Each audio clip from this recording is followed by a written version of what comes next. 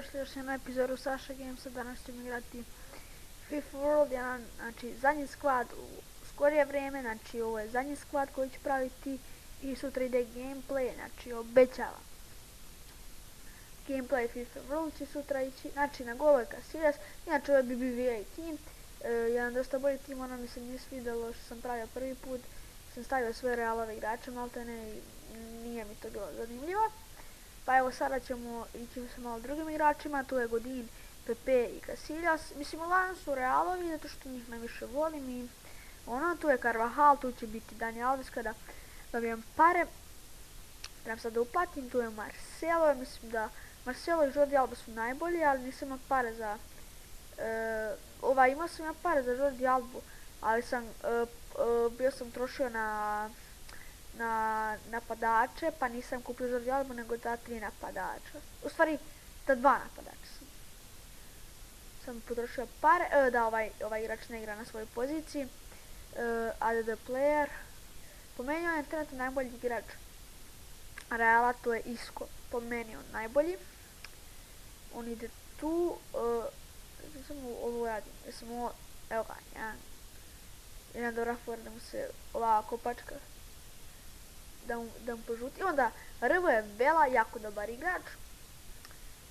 LV je po meni jedan jako dobar igrač, Antonio Griezmann. On je dobio neki upgrade, ja mislim na 83, ako se ne varam.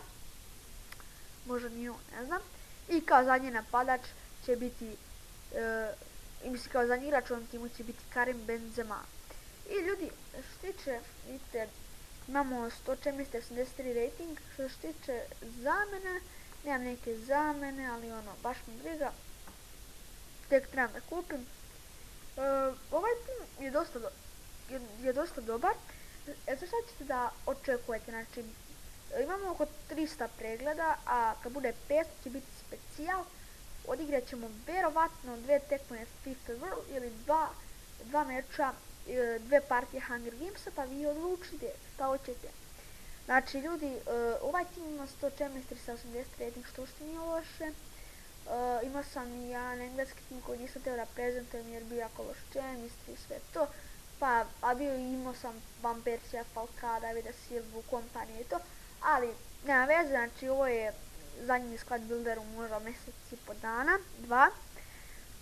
Tako da, znači sad ide gameplay, Hunger Games, neke mini igre kao su Runner, Bridge i sve ćemo snimati, pa vi mi isto malo i pomozite. Tako da ljudi, ako vam sviđa ovaj klip, lajkujte, šerujte, subscribeujte i budite pozdravljeni do sljedećeg klipa.